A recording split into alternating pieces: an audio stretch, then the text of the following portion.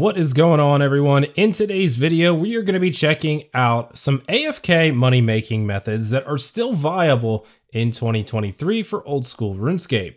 Now, some of these methods may not be AFK enough for you, or you might say, well, you don't make enough money for it to be worth it doing that, but all of these methods are AFK and can bring you in some extra income, whether it be a main account or an alt account, depending on the type of person you are and what kind of activity you're looking for.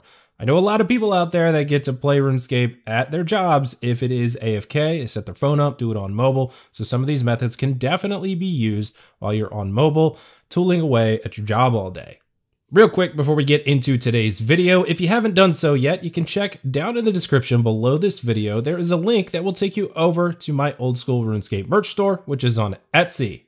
Everything in this store is handmade by me in my office at home and shipped directly to you guys. Got a whole bunch of different stuff in this shop. Got coffee mugs, beer mugs, pint glasses, t-shirts, decals, stickers, all kinds of cool old school RuneScape memorabilia for you or a friend for a gift, doesn't matter.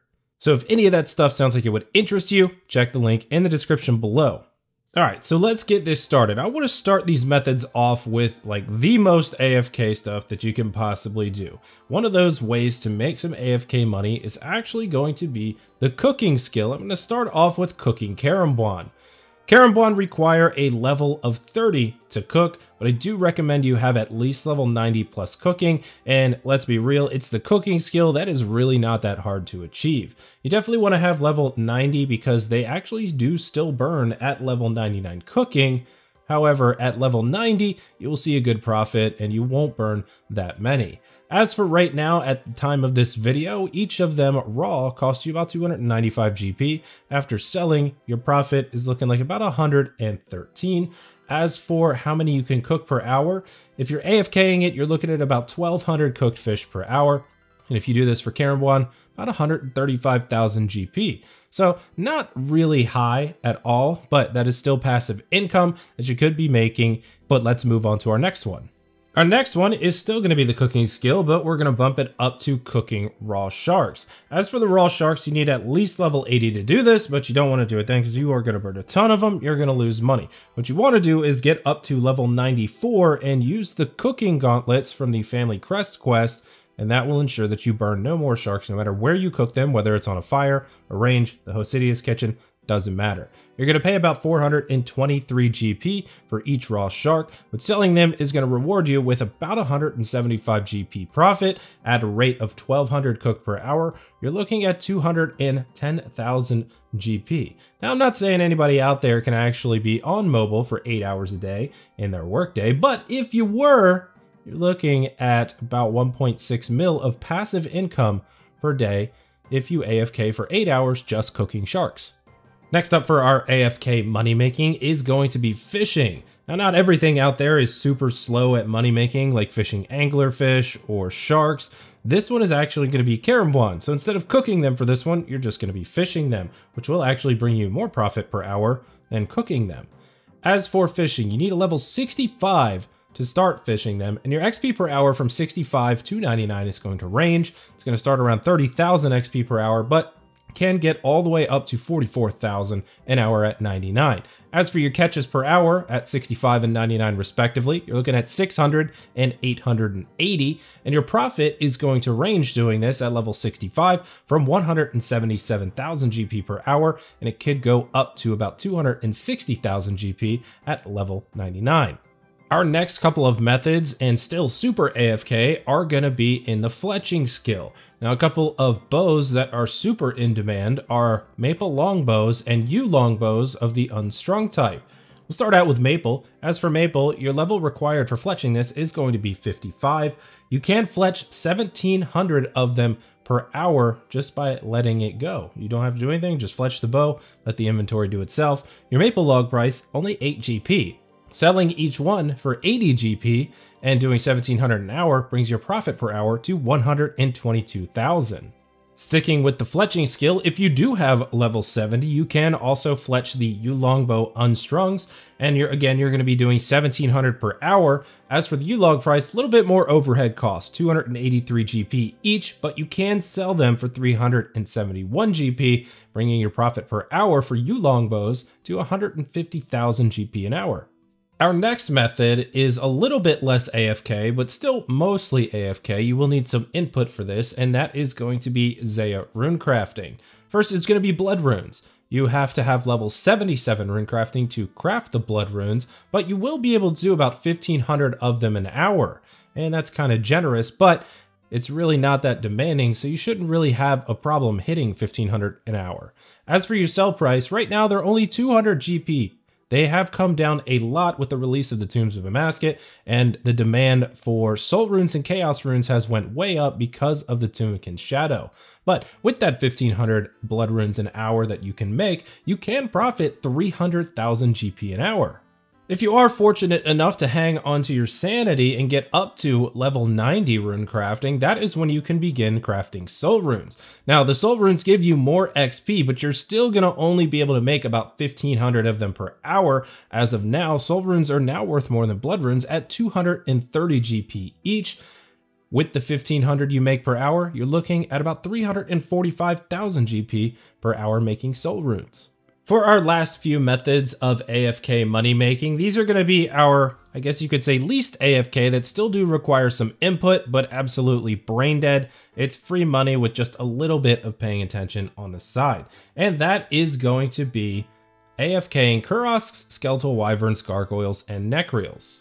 We'll start out with the lowest of the monsters that I have mentioned, and that is going to be Kurosk. Now, to come up with these figures, I have used a combination of a DPS calculator as well as my own personal experiences making videos and AFKing each one of these Slayer monsters. Starting out with the Kurosk, you will need a Slayer level of 70. Now, as for the combat levels, I chose level 100 and a range to 126. At level 100, I picked some mostly affordable gear, and I came up with 140 kills per hour.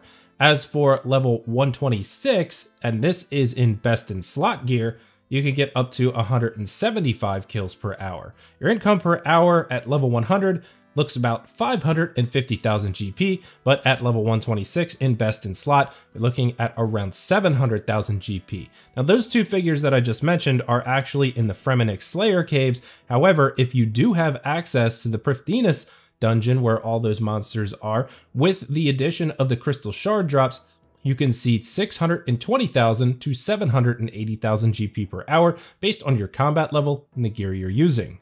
Next up is going to be Gargoyles. Gargoyles are actually still a pretty super popular alternate account. You can see some decent income depending on your level. You'll need a Slayer level of at least 75. Now, I will say with Gargoyles, you want to have at least a defense level of 82 to sustain yourself there if you are using the AFK Guthans method. If you have anything lower than that, the Gargoyles will actually put out more damage than is averagely healed by the Guthans, so it actually won't be that AFK. So if you didn't know that, I hope you do now. As for at level 100, you're looking at about 120 kills per hour, but all the way up at level 126 with best in slot gear, you can see about 200 per hour. As for income at level 100, about 500k per hour, and all the way up at level 126, 825,000 GP per hour. I will say this, you can also get a theoretical maximum of 240 per hour, but that wouldn't be very AFK because you'd really have to pay attention to hit that number. Next up is going to be Necreals, and not the greater Necreals in the Catacombs of Kourend. These are just the normal ones that you can find at the top of the Slayer Tower. If you do try to kill the ones in the basement, you won't be able to unless you're on a Slayer task, so keep that in mind. For the level required, you'll need at least level 80 Slayer. At level 100 combat, you can see around 110 kills per hour. At level 126, somewhere in the area of 190 with a theoretical maximum of 225. As for your income at level 100, about 630k, which really isn't that bad. And at combat level 126 in best in slot gear, you can see about 1 million GP per hour.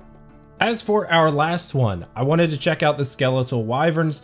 this is still a pretty good money maker. Now, as for me, I do Slayer tasks there whenever I'm assigned them, and the place is pretty much dead. I mean, before you could not find an open skeletal wyvern there, but every time I go there now, there's pretty much nobody there. As for the level required, level 72, at combat level 100, you're looking at about 55 kills per hour, and that is in decent gear with an abyssal whip and using the piety prayer.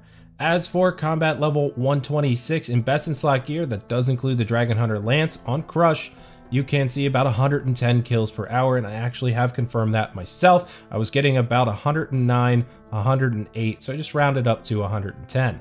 As for the income, 629,000 GP at level 100 and all the way up to 1.25 million at 126 with best in slot gear. I also want to note here, these figures are without the bone drops. You're actually going to spend about the same amount of time killing less gargoyles as you would there with the banking runs in between, which will actually even out your GP. So it honestly doesn't really matter if you bank the bones or not. You're still going to see about this same figure. Personally, I wouldn't want to bank the bones. I'd rather just stay there with prayer potions and a little bit of food and a Blood Fury amulet if you do have access to that. Obviously, those supplies will take your profit per hour down. That's why this is income per hour. But regardless, you're still seeing a pretty good chunk of change at the skeletal wyverns. So that is going to do it for this one. I believe I mentioned 11 different methods or activities that you can do to earn some passive income while you can't pay 100% attention to what you're doing. I hope that some of these may surprise you, that you didn't know about them, or maybe you forgot about them, but now you can make use of them. As always, if you liked the video, please leave a thumbs up down below. Any of those likes really do help videos' popularity. They help other people see it in suggested videos. So if you could drop a like down there, I would really appreciate it. If you haven't done so yet, tap that subscribe button on the way out. Once again, thank you guys for watching. I will see you on the next one. Take it easy.